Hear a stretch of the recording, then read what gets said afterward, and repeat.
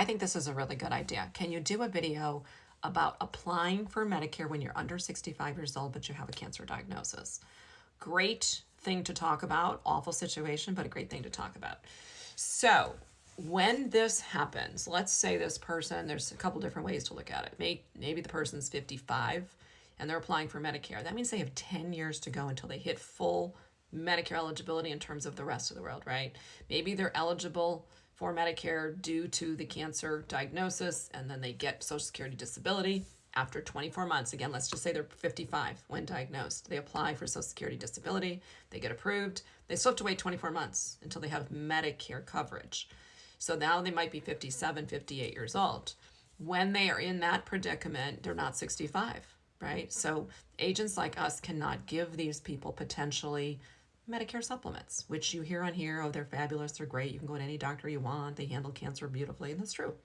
Those things are true. However, when you're 57, 58, 59, anytime under 65, you can't necessarily go get a Plan G. Now, there's a couple states, Illinois, Colorado, New Jersey, are some that I can think on the top of my head that have pretty reasonably priced Plan Gs for people under 65. Fabulous. But if you don't live in those states, what do? You live in Texas, can't really get anything there. Live in Georgia, can't get anything there. You live in Florida, can't get anything there. You can get what we call Plan A, not a great plan.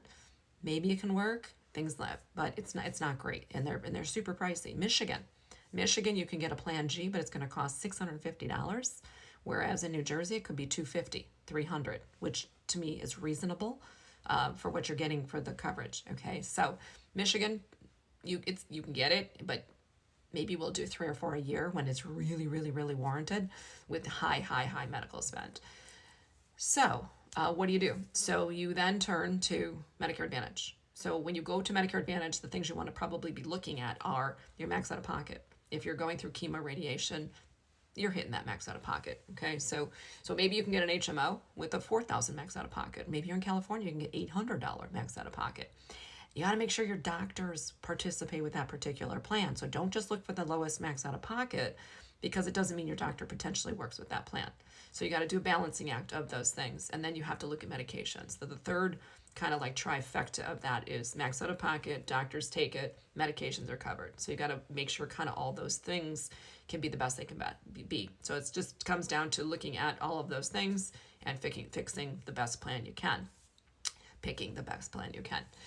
Other things to consider is you're watching this and you don't have a cancer diagnosis, you don't have any issues. Get a cancer plan. I don't care if you're 22 or 32 or 62 or 54. Get